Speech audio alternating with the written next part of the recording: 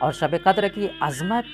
خود قرآن مجید میں پروردگار کچھ اس طریقے سے کر رہا ہے کہ انا انزلناہ فی لیلۃ القدر وما ادراک ما لیلۃ القدر، کہ بے شک ہم نے اس ذکر کو، یعنی کس ذکر کو،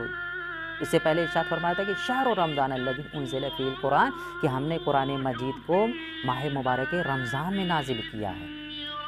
تو رمضان میں تو نازل کیا تھا، مگر مشخص نہیں تھا کہ کس دن، کس وجہ، کس وقت یا کس رات میں نازل کیا تھا، مگر سورہ قدر میں یہ واضح کر دیا کہ انا انزلناہ فی لیلۃ القدر، کہ ہم نے اس ذکر کو یعنی قرآن مجید کو شب قدر میں نازل کیا ہے۔ وما ادراک ما لیلۃ القدر، تم کیا جانو یہ لیلۃ القدر کیا ہے؟